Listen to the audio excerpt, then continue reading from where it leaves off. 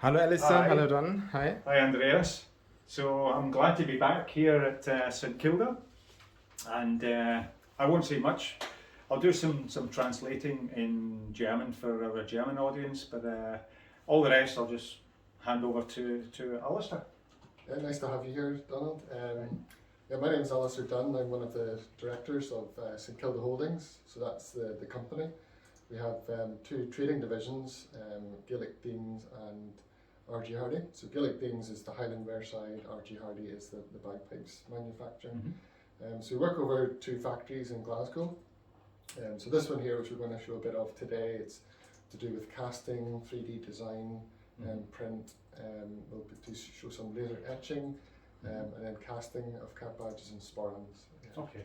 So you go from the design of a cap badge or a sporran cantle to the manufacturing. Yeah, I mean, it's quite a good setup we've got because everything's in-house and it's quite integrated as well, so we are able to apply some of this modern technology to the different parts of the business and the products. Well, I know the company's is Highland Wear specialist and also the bagpipe side of things, but we'll be covering the bagpipes at a later date, so that'll be a different and separate video. So yeah, that's more my specialty, but I do spend a lot of time on the Highland Wear and pipe bands, for example. So I'm with Alistair here in the sporran manufacturing. This is where we have our sporrans made by St Kilda, and we're just going to have a look at the process today. Yeah. Yeah, so you'll see here we've got our sporrans, different styles. So there's a day sporran, a semi-dress sporran, and then a dress sporran. So these are all cut using knives, so these will form the shapes, and we've got a press that does that. They'll get stitched as well. All this is done by hand. And then we've got cantles and different types of ornamentation. So as we've seen already, we can laser nice patterns onto the sporrans. Some of these are in development at the moment. These are new products. There's some new ones there I haven't seen before. But some of the more traditional type that you might have seen, so different types of furs, faux furs as well, as real, such as rabbit. And got an example here of sealskin, which has been popular. We can't sell this in North America at the moment, but yeah, you can see the colour variations that we get. So you'll have sealskin, so real skins, obviously. Sealskin. What other? Bovine. Rabbit. We've had springbok. We've done some unusual ones as well. But you'll also do imitation skins or imitation fur as well. Bovine is kind of replaced the sealskin, so a lot of pipe bands will get the bovine sporran. That's something that's quite durable. These ones actually come marked with a code, so that we know it's been sustainably sourced. Right. And obviously this is important to the communities that these come from. This is their livelihood as well. But so you can see we will form this, cut a shape out of this, which is then sewn on to the So that's why, if looking at these skins, and obviously every sporran is unique. I mean, these are natural skins, so they're not all the same. Yeah. And that's the same whether it's bovine or sealskin. You can see this bovine skin is quite uniform in colour. Yeah. But not identical. But not identical. You will get shades, darker shades, and so we do try and match them up as best as possible to request, but it's not always for a pipe band, for instance. Yeah. I mean, just looking at this sporran here, this is a sporran for not this particular one, but we offer sporrans for pipe bands with their own personalised discs as well. So we'll have a look at that process later. Yep. Yeah. So could you maybe just show us some of the production steps here? Yeah, so we've got a press which has a knife which will form that, and then we've got some sewing machines, so we could show you that, the guys sewing the bits of leather together. And we've got their cantles at the top, and so if we look inside the sporran, we'll also rivet these fasteners on here. That's inside the sporran. A lot of component parts into making of the sporran. Another sporran. Okay. And you can see here we've got a gusset, so this is, you can see the stitching here that brings it all together. And then we've got a tab in the back, so you've got your kilts and more tab in the back of yours. Right.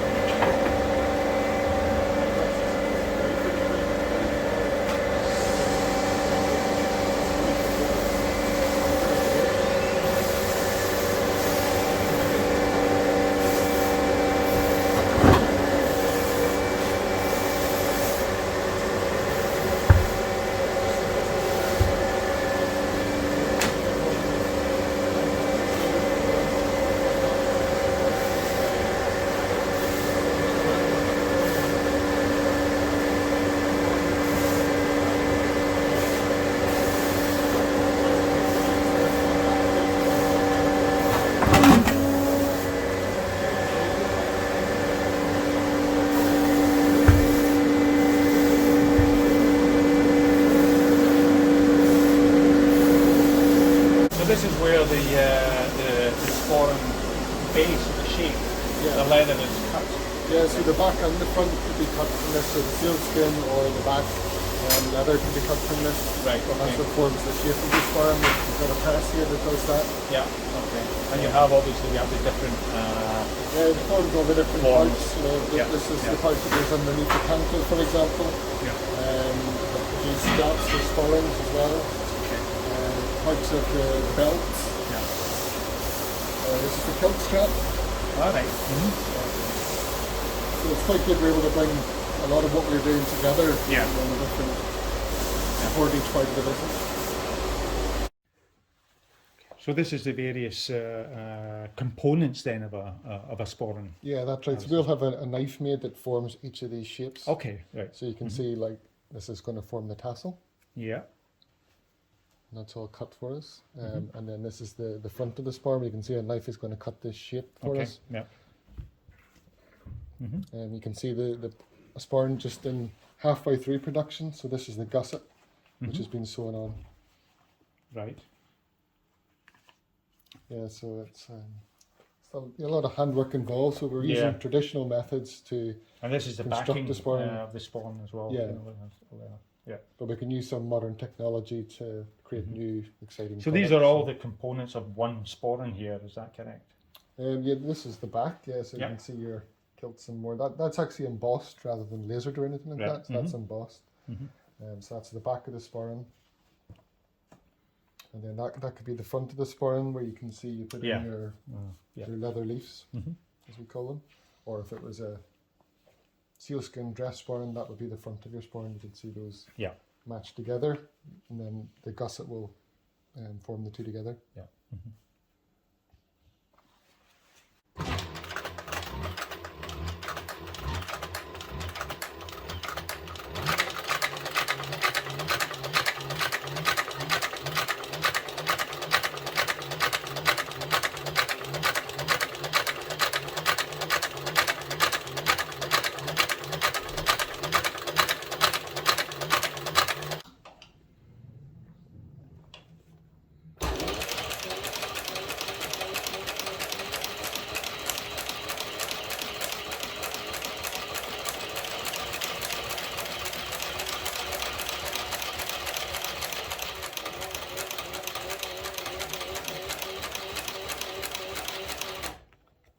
So we're here in the design department for the cap badges, brooches, sporran cantles, ski and doos, etc.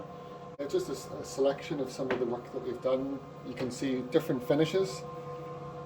So the lighter coloured items you see here, they're the 3D prints, which are then used to create moulds for us to cast. So Alistair, we're here in the laser etch department. So you can do bespoke leather laser designs and also metal work. Yeah, well really a lot of the materials that we use, we can laser them. So for example, in the bagpipes, they're wood and plastic, we've got leather and sporran belts. Yeah. I think we can even do the pewter that we saw in casting. Right. So yeah, we're quite useful in that sense that we use a wide range of materials and it can all be laser etched. Right. So these machines have different types of lasers, CO2 or fibre, and that depends on what we're actually going to laser. Okay.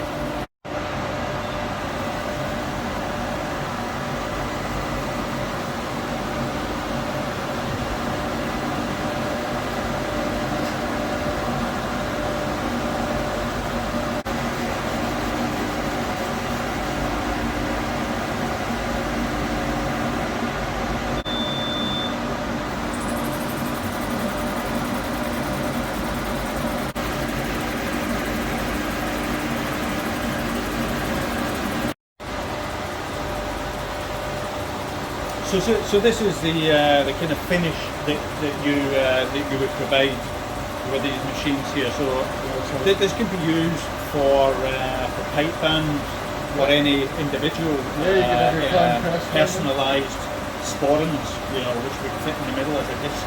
Okay. So you can see what's impressive about it with this type of a machine is the level of detail you can get Yeah. compared to say woodary engraving, for example. Right. Yeah. So, and obviously the speed at which you can touch.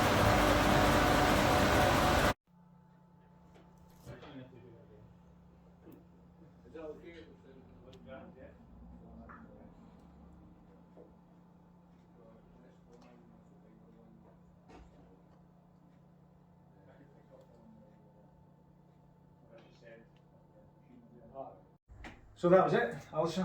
Thanks very much for the tour. So we covered the Sporran manufacturing, and I hope it was informative for folks. Thanks very much for your help, and we'll be back because there's obviously a lot more to cover on the piping side as well. So thank you very much. Yeah, thanks for coming. Hope you enjoyed the tour and find out a bit more about what we're doing. Thank you.